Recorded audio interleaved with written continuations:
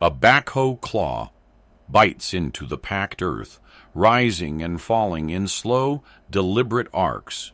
Its engine hums over the quiet of the Kansas countryside, carving a raw, rectangular wound into a pasture that has looked the same for decades. Deputies stand back from the trench, yellow tape snapping in the breeze, their eyes fixed on the hole as layer after layer of soil comes up. They are not searching for equipment, or irrigation pipe, or old trash. They are searching for a boy who was supposed to graduate high school in the spring of 1988.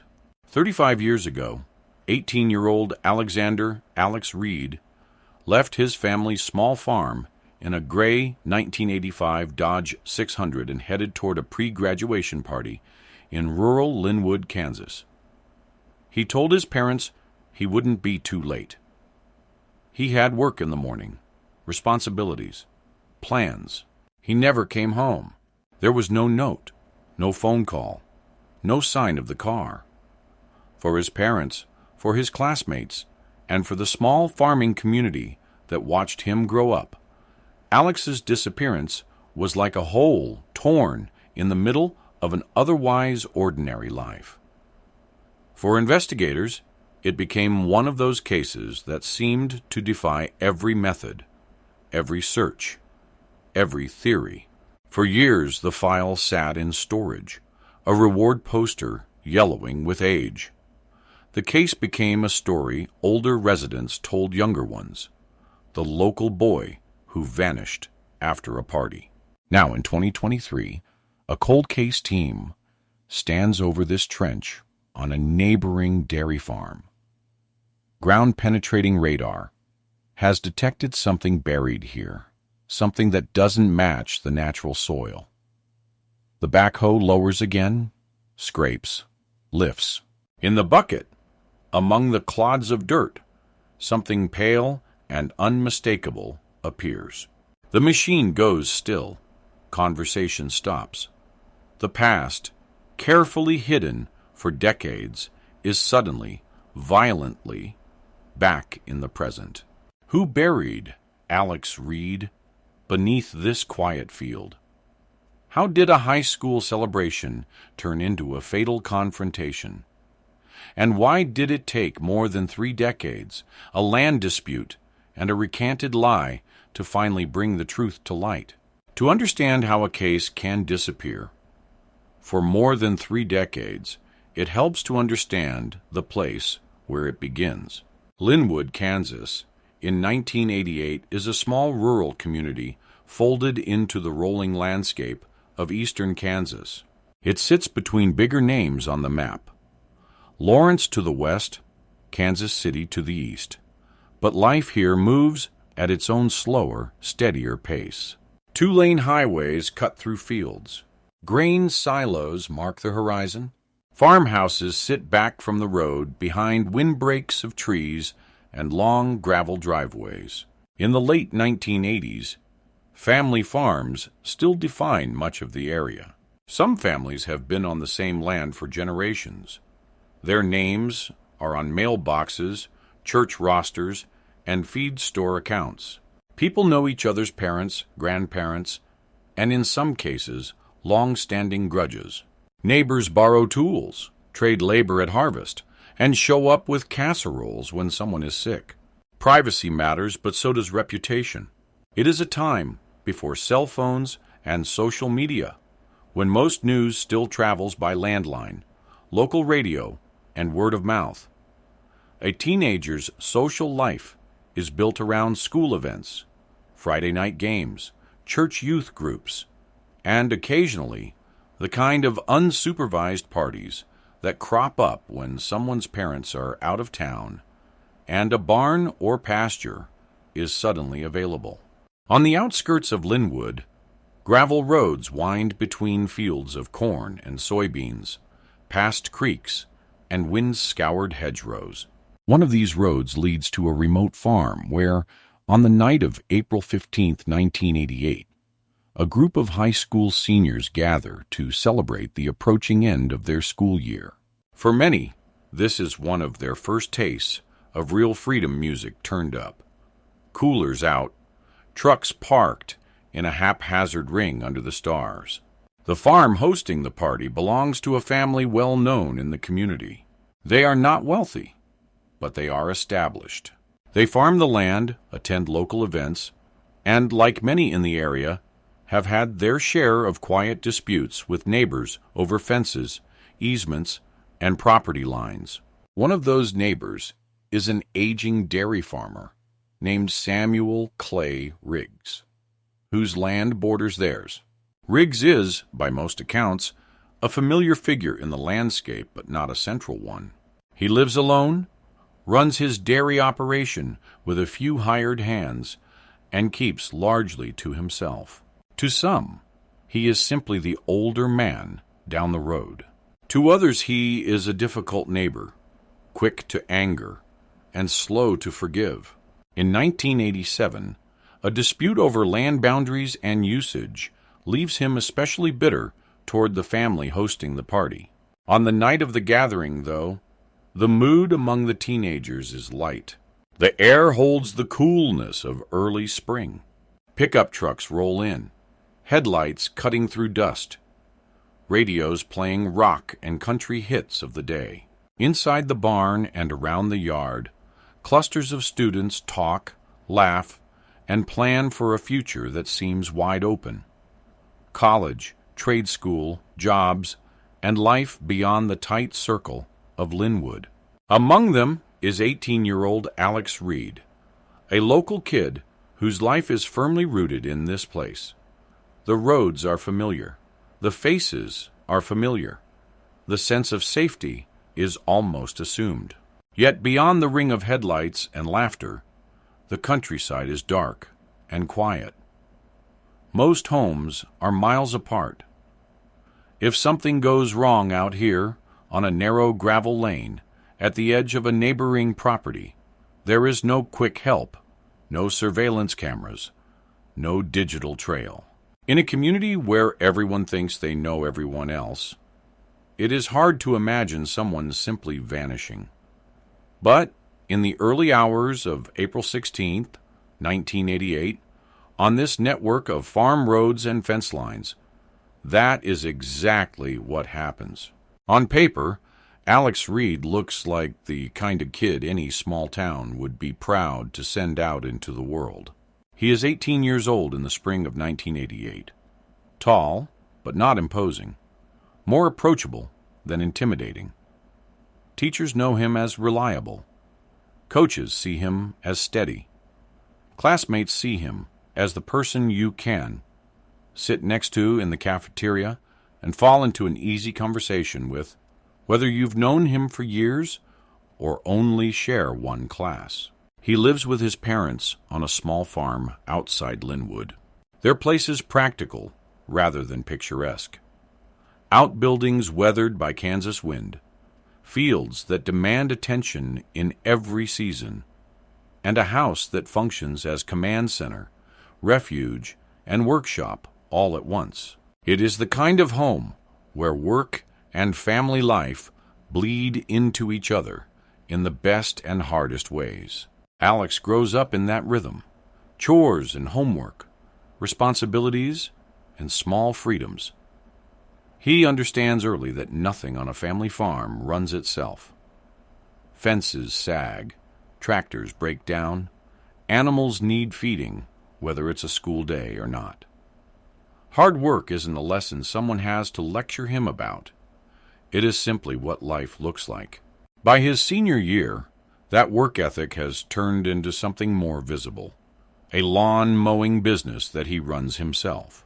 He lines up clients, keeps track of jobs, maintains equipment, and sets money aside for the future. In a time before online reviews and digital scheduling, everything happens the old-fashioned way. Phone calls, handshakes, word of mouth. People in the community know that if Alex says he will be there, he will be there. He is not just a worker, though. He participates in school sports, joining the ranks of students who rush from last bell to practice, and then home to finish the day's responsibilities. The routine is demanding, but it also gives him a place where effort turns into clear results. Faster times, better plays, more trust from coaches and teammates. He is not necessarily the star athlete, but he is the dependable one, showing up, putting in the time, doing his part. Friends remember him as kind and even-tempered, not a troublemaker, not someone looking for a fight or drama. In a small community, reputations form quickly and stick. Alex's is simple. He's a good kid, the sort you'd be comfortable having your younger siblings around, the sort parents don't worry about when he borrows the car. By early 1988, graduation is no longer a distant idea. It's right there on the calendar. Seniors talk constantly about what comes next: college, jobs, the military, or staying close to home. For Alex, the plan is clear: trade school in the fall. Something practical. Something that builds on what he already knows how to do with his hands. Trade school represents more than just education. It's a step toward independence, a way to earn a living that doesn't depend solely on the unpredictable economics of farming. It's a compromise between leaving and staying, a way of building a future without severing ties to the land and people he grew up with. As the semester winds down, life settles into a pattern that feels both ordinary and fleeting. Classes, practices, mowing jobs, evenings at home, weekends that hint at the wider world beyond Linwood. There are senior photos, talk of caps and gowns, and the growing sense that this tight circle of classmates will soon scatter. On Friday, April 15, 1988, Alex's day begins like so many others. There is nothing about that morning that hints at anything unusual. He is still the reliable son, the student with plans, the young man with more of his life ahead of him than behind. Sometime that day, or in the days before, he hears about the pre-graduation party at a remote farm, an unofficial celebration, the kind that springs up when the weather cooperates and seniors crave one more shared memory before everything changes. For most of the teens, it is just another party, music, laughter, a break from the constant talk of grades and futures. For Alex, it is a chance to relax, to be simply a teenager rather than a worker or planner. He tells his parents where he's going. He takes his mother's gray 1985 Dodge 600, a solid, unremarkable car that has carried him to school, practice, and work countless times before. There is no sense of danger in this routine. Why would there be? He is going to be with people he knows, on roads he has driven for years. You might imagine him checking the time, mentally calculating how late he can stay before it starts to feel disrespectful to come home. He has work in the morning. He has things to do. Even his fun, most likely, is scheduled around responsibility. As he turns onto the gravel roads leading toward the party that evening, there is no way for him to know that this ordinary choice will become the defining moment of his story. That, to his parents, this is the last night they will see him standing in their doorway, keys in hand. When he steps out of the car at that remote farm, the air is cool, the sky is wide, and his classmates are gathering for what they believe will be just another night they look back on with a smile. No one there realizes they are about to be the last people to see Alex Reid alive. The party is in full swing by the time the sky goes black over rural Linwood. Pickup trucks and sedans form an uneven ring around the barn, and the open yard. Headlights sweep across fields as late arrivals turn in from the gravel road. Music spills out from a set of speakers rigged in the barn, mixing with the low roar of conversation and the occasional shout of laughter that drifts into the night air. Somewhere in that mix of faces and voices is 18-year-old Alex Reid. People later remember him being there. They remember him talking, smiling, moving from group to group. He is not causing trouble. He is not stumbling or picking fights. He is just another senior at a country party, standing on the edge of a major life change and taking one of his last chances to be carefree. The party stretches past midnight. Students come and go.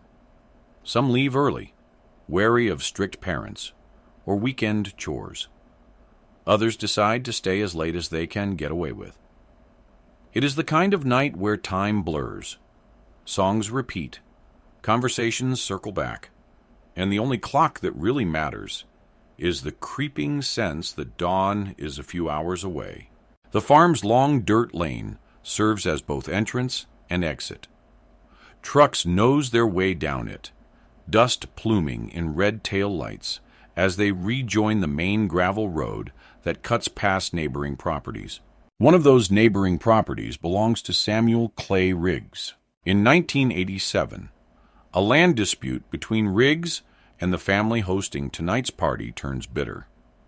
Lines on a map, old agreements, and questions about access and use fuel an anger that does not fade. By 1988, that resentment has been simmering for months, just beyond the fence line. According to what investigators will learn decades later, Riggs is aware of the party on this night. He hears the distant thump of music, sees the intermittent glow of headlights, and feels the old anger flaring. To him, it is one more sign of disrespect from the neighbors he believes have wronged him.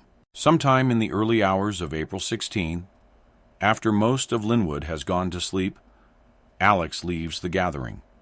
No one will later be able to say exactly when he walks away from the circle of trucks and heads toward his mother's gray 1985 Dodge 600. No one remembers watching him drive off. There is no dramatic goodbye, no scene that sears itself into anyone's memory. At some point, he simply moves from being over there by the barn to not here anymore. The last reliable sightings place him at the party. After that, the timeline fractures. Did he leave alone? Did he give someone a ride? Did he stop on the lane to talk to someone? The people who might know will for years either stay silent or insist they don't remember.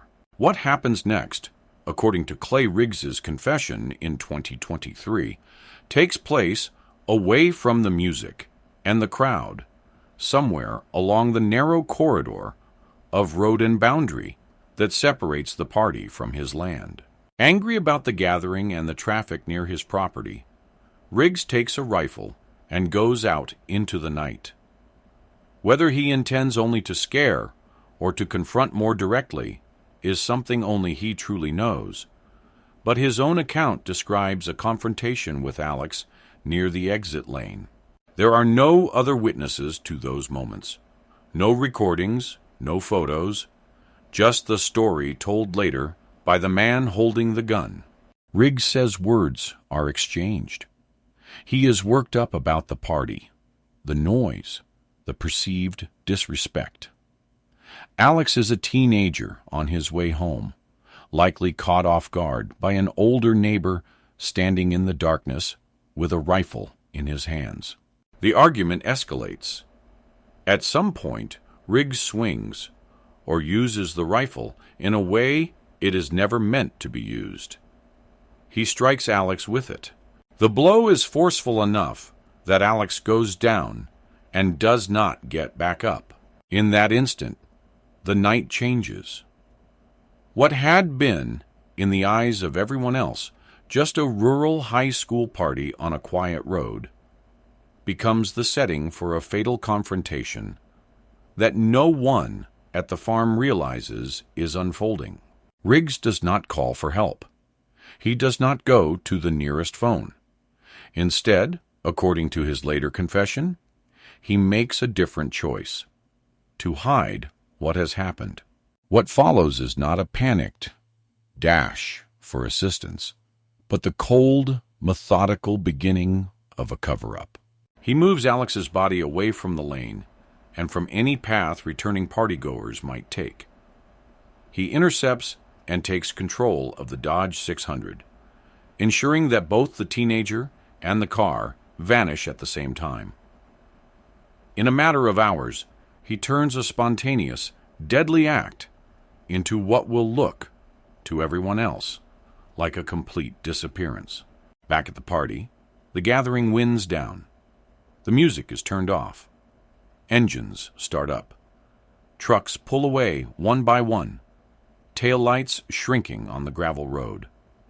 For the teenagers heading home, the night is over. They are tired, maybe a little hoarse from shouting over the music, already half thinking about the next game, next class, next weekend. For Alex's parents, the night is not over.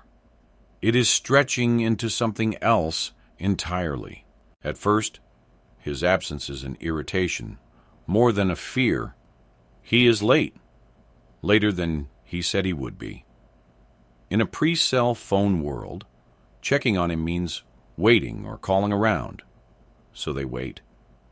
Maybe they fall asleep in fits, waking to check the driveway, listening for the familiar sound of the Dodge pulling in. Dawn breaks over the fields. The bed in Alex's room is still made. His work clothes are where he left them. The car is not in the driveway. Concern becomes alarm. They start calling friends, parents of friends, anyone who might have been at the party or heard from him. As the morning wears on and no one can say where he is or when they last saw him for sure, the frantic edge hardens into something worse. By later that day, April 16, 1988, Alex Reid is reported missing. Deputies from the sheriff's office respond. At first, they approach it the way many rural missing person calls begin, with the hope that the explanation will be simple. A late-night crash on a back road. A teenager who stayed with a friend and forgot to call. A mechanical breakdown. They drive the routes between the Reid farm, the party location, and the main roads, scanning ditches and culverts.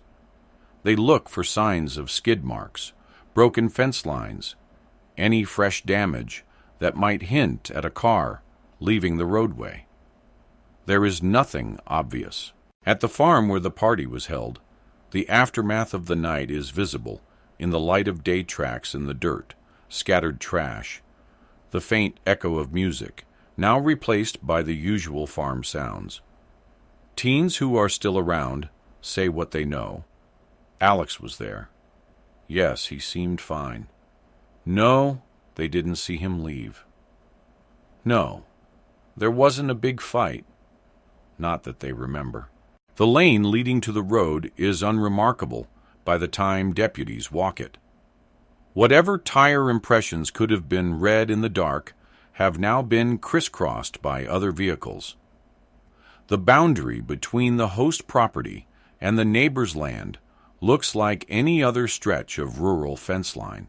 There is no blood, no discarded clothing, no broken glass, no obvious crime scene to lock down. The missing Dodge 600 becomes the central puzzle. A full-sized car does not simply evaporate. Somewhere, investigators think, the vehicle must be. If they can find it, they might find Alex. If they can't, then they are up against a much more troubling possibility that someone has taken steps to ensure both the boy and the car are gone.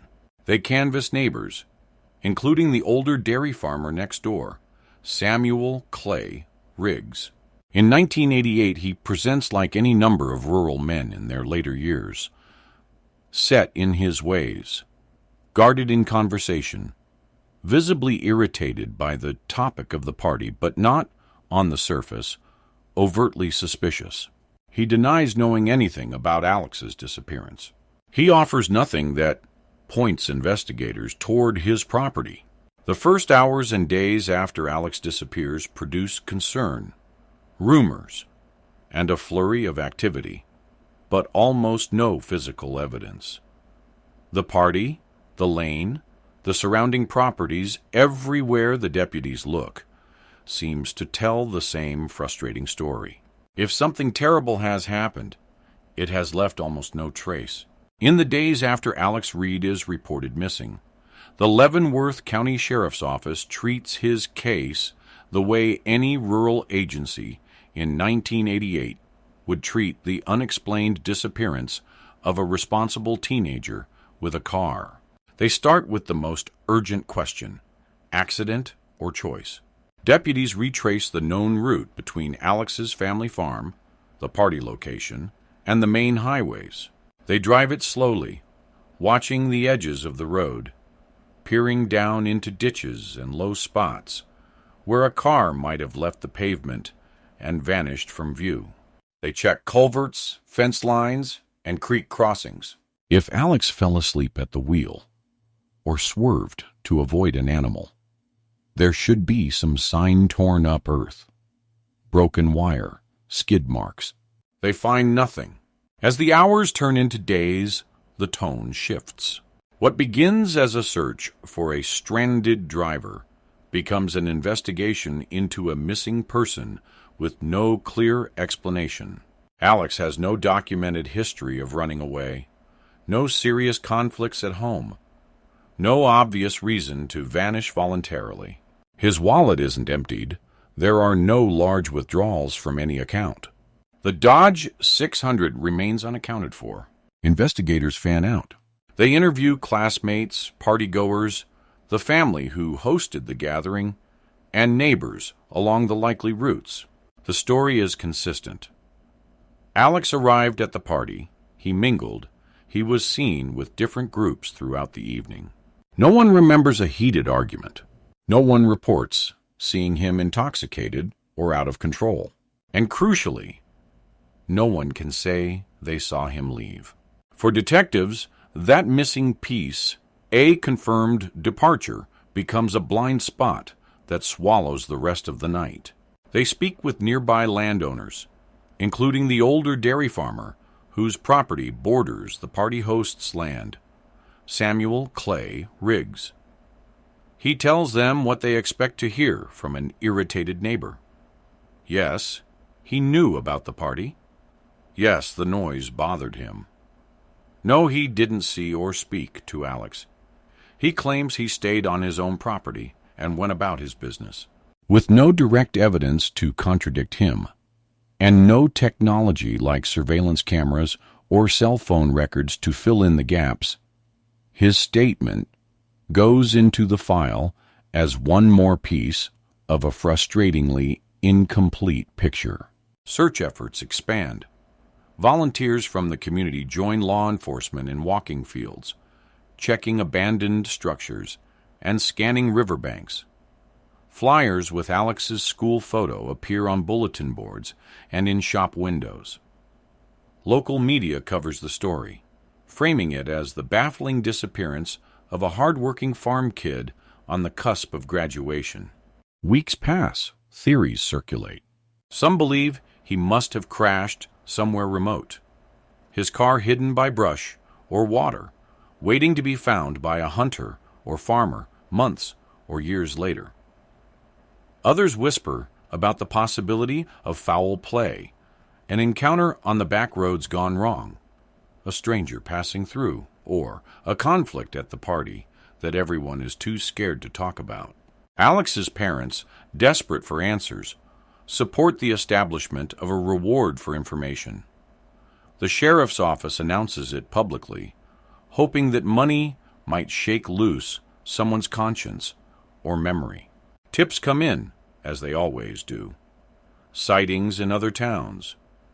Rumors of a car like his, seen parked at a distant truck stop. Stories about hitchhikers matching his description. Each is logged, checked, and one by one eliminated or left unconfirmed. The case stays active, but without physical evidence or a credible new lead, it slowly cools. Detectives are reassigned.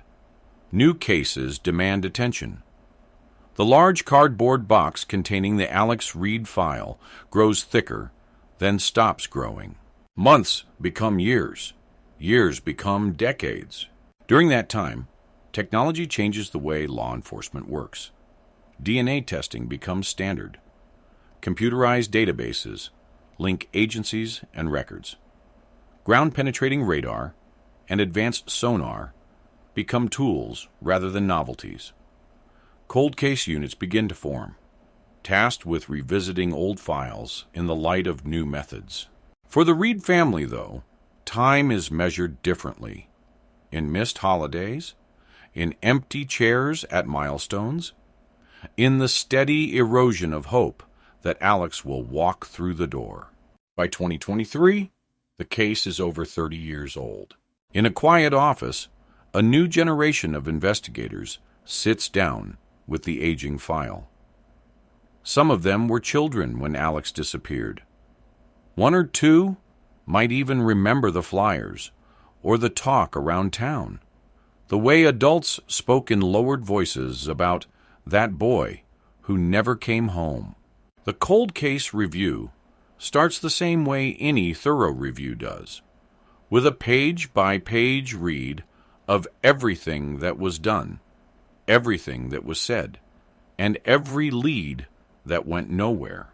They reconstruct the original timeline. They map the party location, the Reid farm, the likely routes, and the neighboring properties.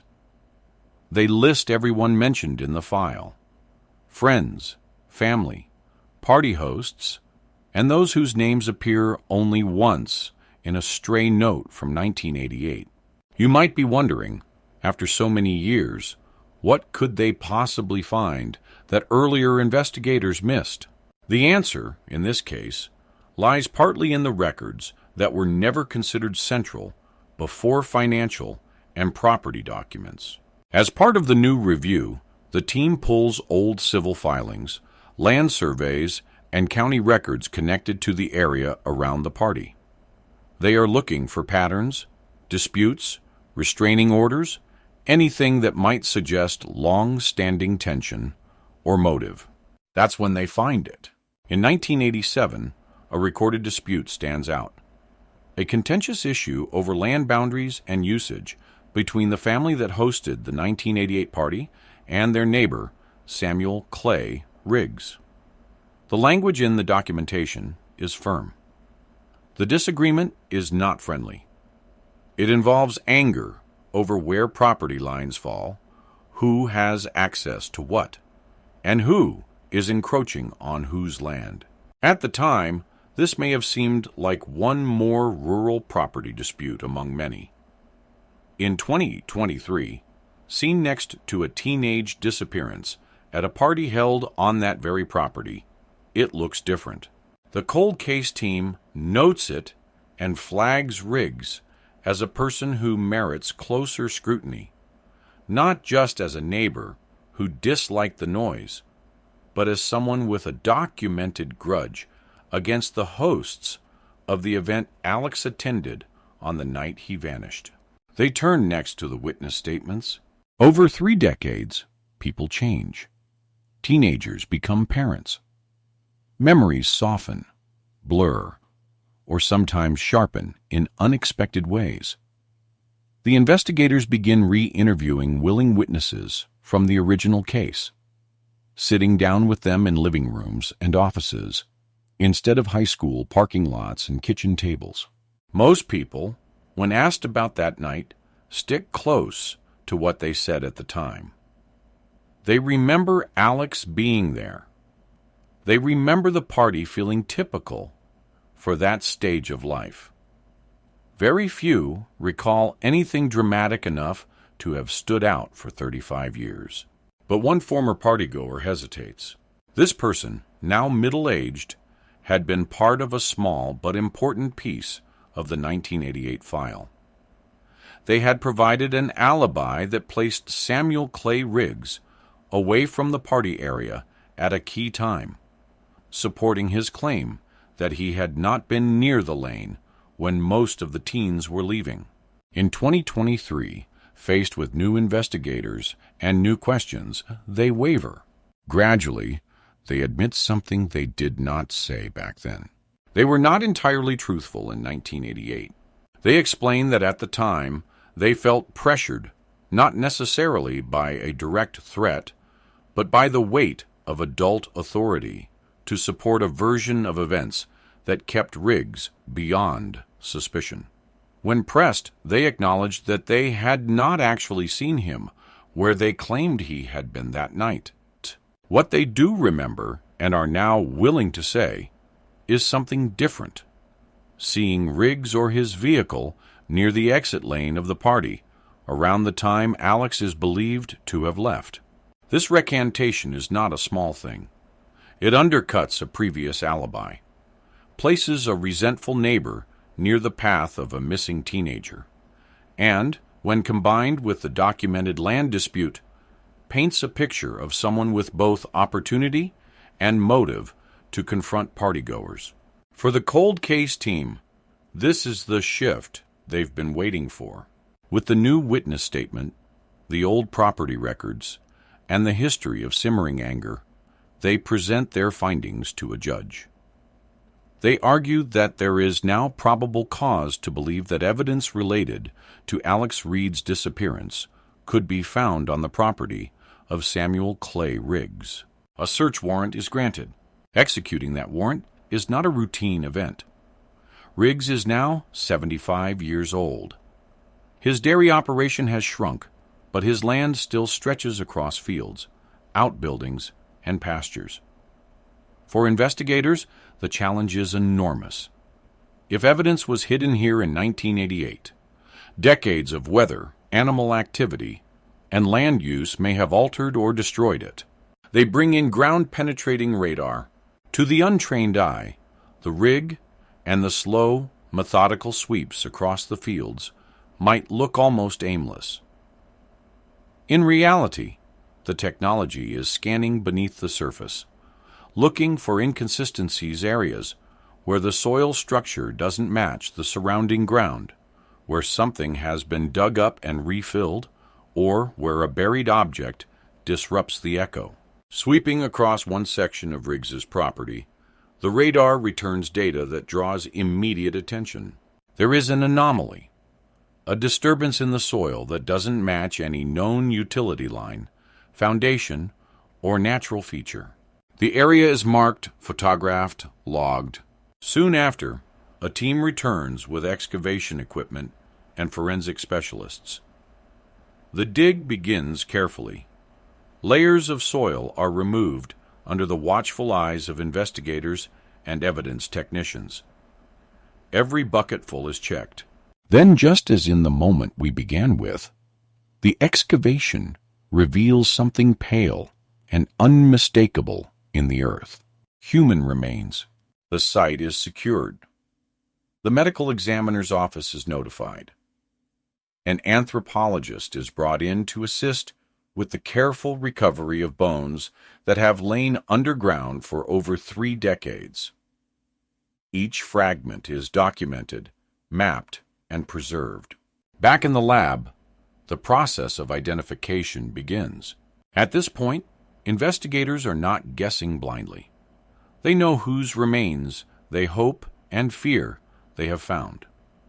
Dental records from the 1980s are pulled and compared. Modern DNA techniques, unimaginable to the original investigators, are now available to confirm identities that once might have remained forever uncertain. The results come back. The remains are those of Alex Reid. News of the identification is a quiet earthquake in Linwood. For the first time in 35 years, the words Alex Reid and found can exist in the same sentence. For his family, it is a brutal kind of closure. For investigators, it is the proof they needed that his disappearance was never a simple runaway, never an accident on some distant road. It was a crime. But one major question remains. Where is the Dodge 600? The car that vanished with Alex should, if this was a complete cover-up, be hidden or destroyed somewhere as well. Investigators re-examine old tips and more recent chatter around town. They ask again about long-standing rumors, about cars at the bottom of quarries, about vehicles pushed into bodies of water. One tip stands out now in a way it might not have before, a reference to an old story about a car driven into a nearby reservoir around the time Alex disappeared. With new urgency, they organize an underwater search. Modern sonar equipment maps the bottom, revealing shapes that could be anything from large rocks to discarded machinery. One particular return, though, has the dimensions consistent with a car submerged in silt. Dive teams go in. Visibility is poor. The water is dark and cold. By touch and flashlight beam, divers confirm what the sonar suggested. There is a vehicle resting at the bottom, its frame coated in years of sediment, its windows long gone. The car is brought to the surface, mud and water pouring out as it breaks into the daylight for the first time since the late 1980s. The body is damaged and corroded, but the outline is recognizable. Investigators check the VIN number, the license plates, the remaining traces of manufacturer stamps. It is the gray 1985 Dodge 600 that belonged to Alex's mother. Body and car, both concealed, both now recovered. With these discoveries, the investigation changes again.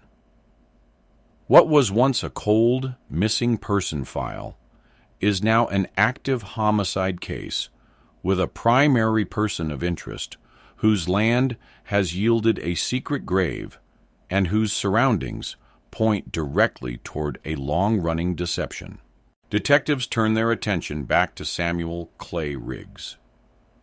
No longer just a disgruntled neighbor, but the man at the center of a circle that has finally, after 35 years, begun to close. For 35 years, the Alex Reid case lives in a space where rumor fills the gaps that evidence leaves empty. In the early months after his disappearance, investigators consider the most immediate possibilities. They look closely at the circle around him, friends, classmates, anyone who might have had an argument with Alex in the days or hours before the party. Some of the boys from school are quietly discussed as potential suspects. In a small town, even a minor disagreement can grow in the retelling. A shouted exchange at a game, a rivalry on the field, a comment made in the hallway. Each becomes fuel for speculation that maybe someone from his own peer group harmed him that night. Detectives pull those students aside in 1988. They sit them down, ask about their relationships with Alex, their movements at the party, and their routes home. Vehicles are examined for damage. Alibis are checked with parents, siblings, and friends. Over time, nothing solid emerges tying any of them to foul play. The working assumption that if something terrible happened, it must have involved the other teenagers starts to weaken. There are also darker whispers. Some community members wonder if Alex stumbled into trouble with adults. Older men stopping at the party, unknown motorists on the back roads, or someone passing through from outside Linwood. With no body and no car, the idea of a stranger crime gains traction. It is frightening because it suggests random danger, because it implies the culprit could be anywhere or long gone. Investigators can't ignore that possibility. They check regional reports of suspicious individuals, vehicle stops, and similar disappearances. They reach out to other jurisdictions to see whether Alex's name or car match any unidentified victims or abandoned vehicles. Those checks produced no match, and over the years this theory remains just that.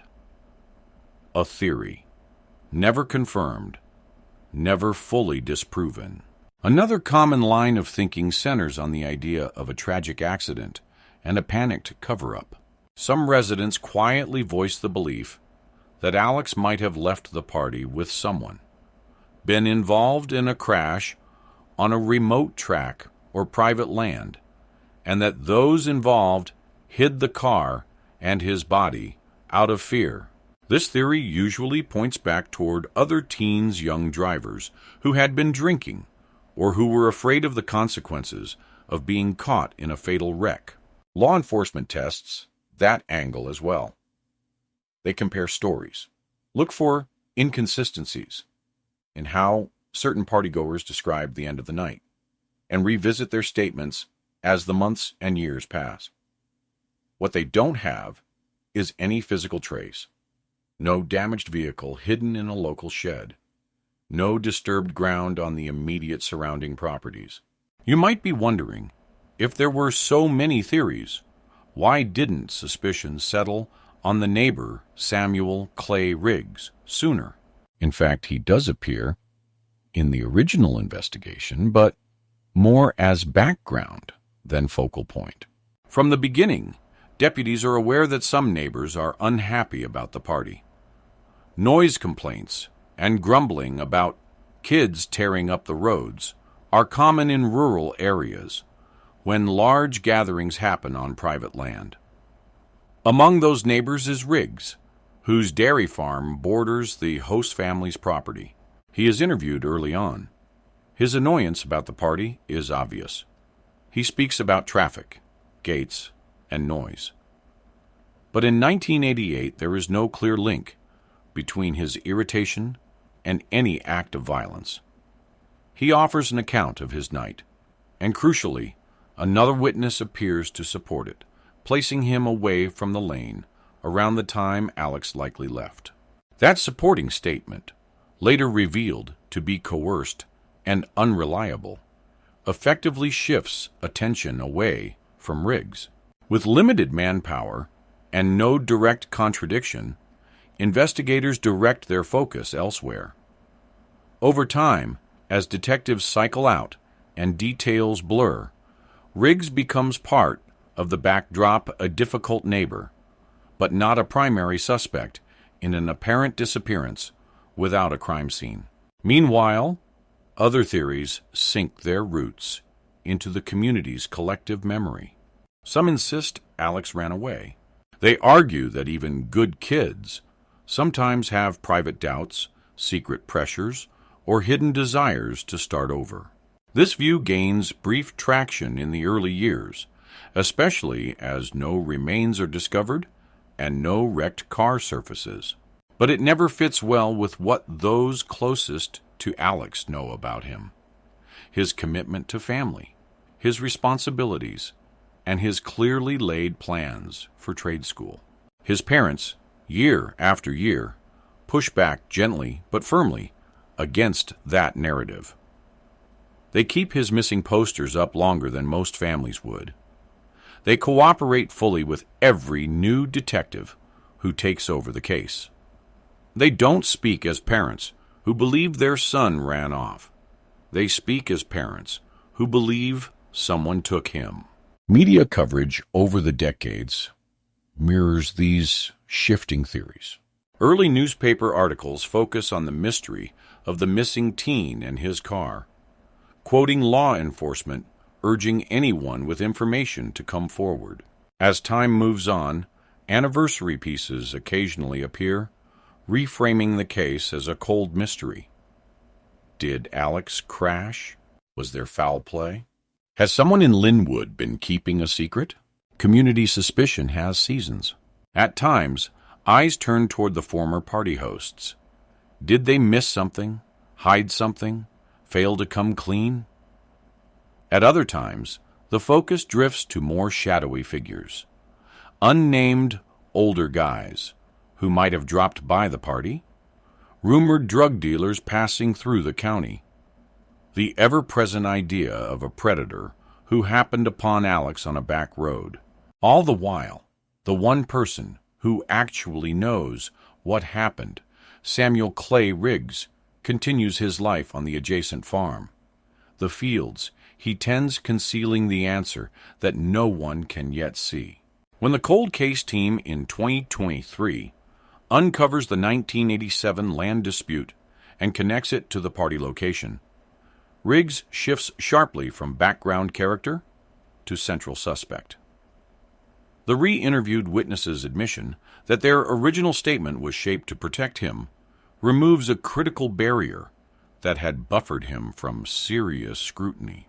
Now, when investigators look at Riggs, they see more than an angry neighbor. They see a man with a documented history of conflict with the party hosts, proximity to the lane all the teens use to enter and leave, a reputation, in some accounts, for holding grudges well beyond what most would consider reasonable. They also see the pattern common in solved cold cases. A person who was there all along, interviewed, noted, but never fully examined because of one or two early assumptions that went unchallenged. Alternative theories do not instantly vanish with this new focus.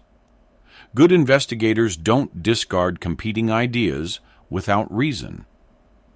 But as the team weighs the totality of the evidence, other suspects and explanations start to fall away. The runaway scenario is incompatible with the discovery of Alex's remains in a clandestine burial on Riggs's land. The unknown stranger theory becomes less plausible when a neighbor who resented the party is now directly linked to both the burial site and, later, to knowledge of where the missing vehicle was disposed of. The pure accident and cover-up idea can't account for the placement of Alex's body on an older man's property without any sign that local teenagers used that land or had the means to dig a long-concealed grave there. Bit by bit, the investigation narrows until, realistically, there is one main suspect left. When skeletal remains on Riggs's property are conclusively identified as Alex, and when sonar and divers recover the Dodge 600 from a nearby reservoir, the theories that occupied the town for decades are suddenly measured against hard facts. The boy did not vanish into a new life. He did not disappear in some distant county.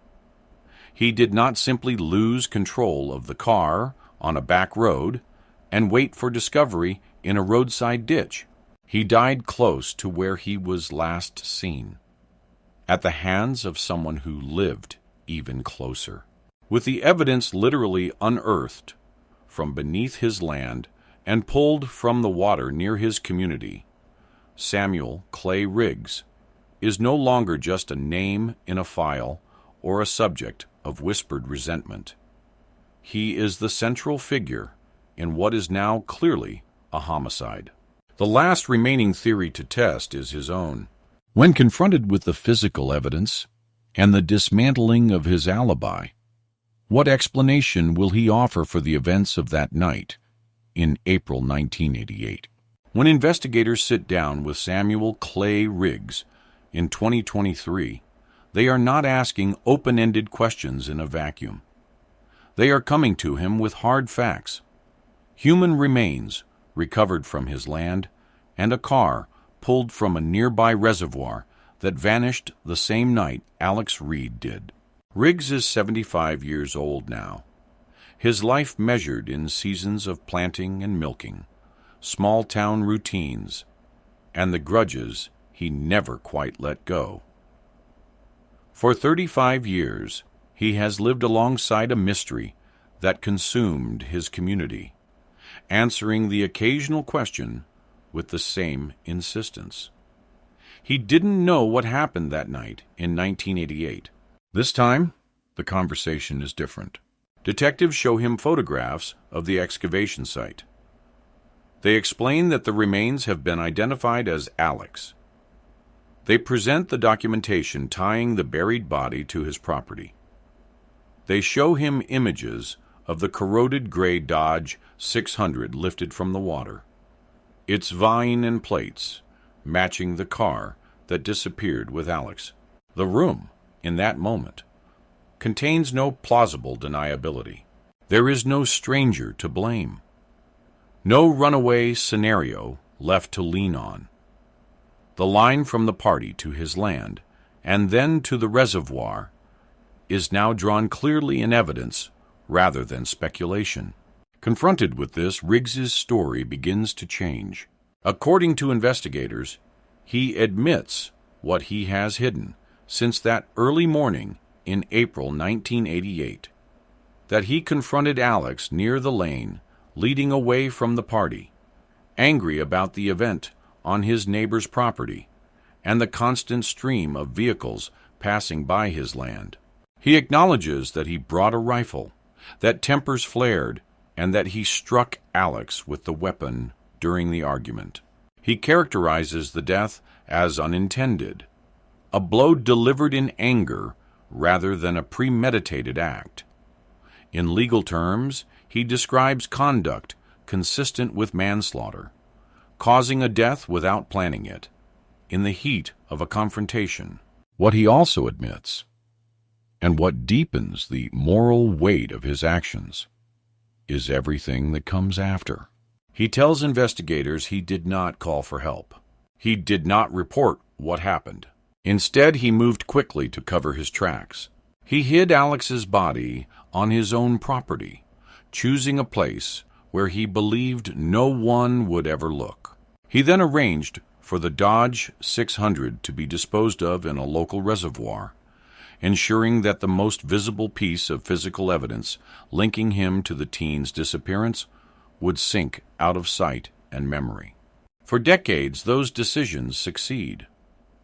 The community searches the wrong fields, whispers about the wrong suspects, and waits for a car that no one can see from the surface. With his confession recorded, prosecutors move forward. Riggs is arrested and formally charged. The counts reflect both the fatal confrontation and the years-long deception that followed. Second-degree murder, recognizing the seriousness of causing Alex's death, and obstruction of justice for the deliberate disposal of evidence and concealment of the crime. News of the arrest spreads quickly through Linwood and the surrounding area. For many residents, the name Clay Riggs is familiar but not central. He has been a presence on the landscape for years, the older farmer down the road with a reputation for being difficult. To learn that he is now accused of killing the local boy, whose photo has lingered in memory since 1988, is a shock that reframes an entire generation's understanding of what happened that night. For Alex's family, the development is both devastating and validating. They had long believed that someone, somewhere, knew the truth, that their son did not simply vanish into thin air or abandon his life without a trace. Hearing the man responsible admit his role confirms what their instincts told them from the beginning. Alex did not choose to leave. In court, Riggs appears as an elderly defendant, his age a stark contrast to the teen whose life ended on that dark lane. Cameras capture him shuffling into the courtroom, listening as the charges are read, and responding in a quiet voice to the judge's questions. Rather than take his chances at trial, Riggs ultimately agrees to a plea deal.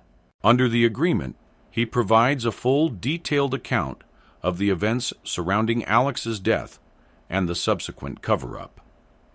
In exchange, the state secures a guaranteed prison sentence that reflects the seriousness of the crime, while avoiding the uncertainties and emotional toll of a protracted trial for the Reid family. The exact legal language distinguishes between intent, heat of the moment, and the extended concealment of evidence. But for the community, the essence is simple. He admits he killed Alex during a confrontation fueled by anger over the party, and that he spent the next 35 years ensuring no one would discover what he had done. Given his age, the sentence he receives is, in practical terms, a life sentence. He will not be returning to his farm. The land that hid his crime has already begun to be defined in public memory, not by crops or cattle, but by the shallow grave that lay beneath it. Alex's remains, once identified, are released to his family.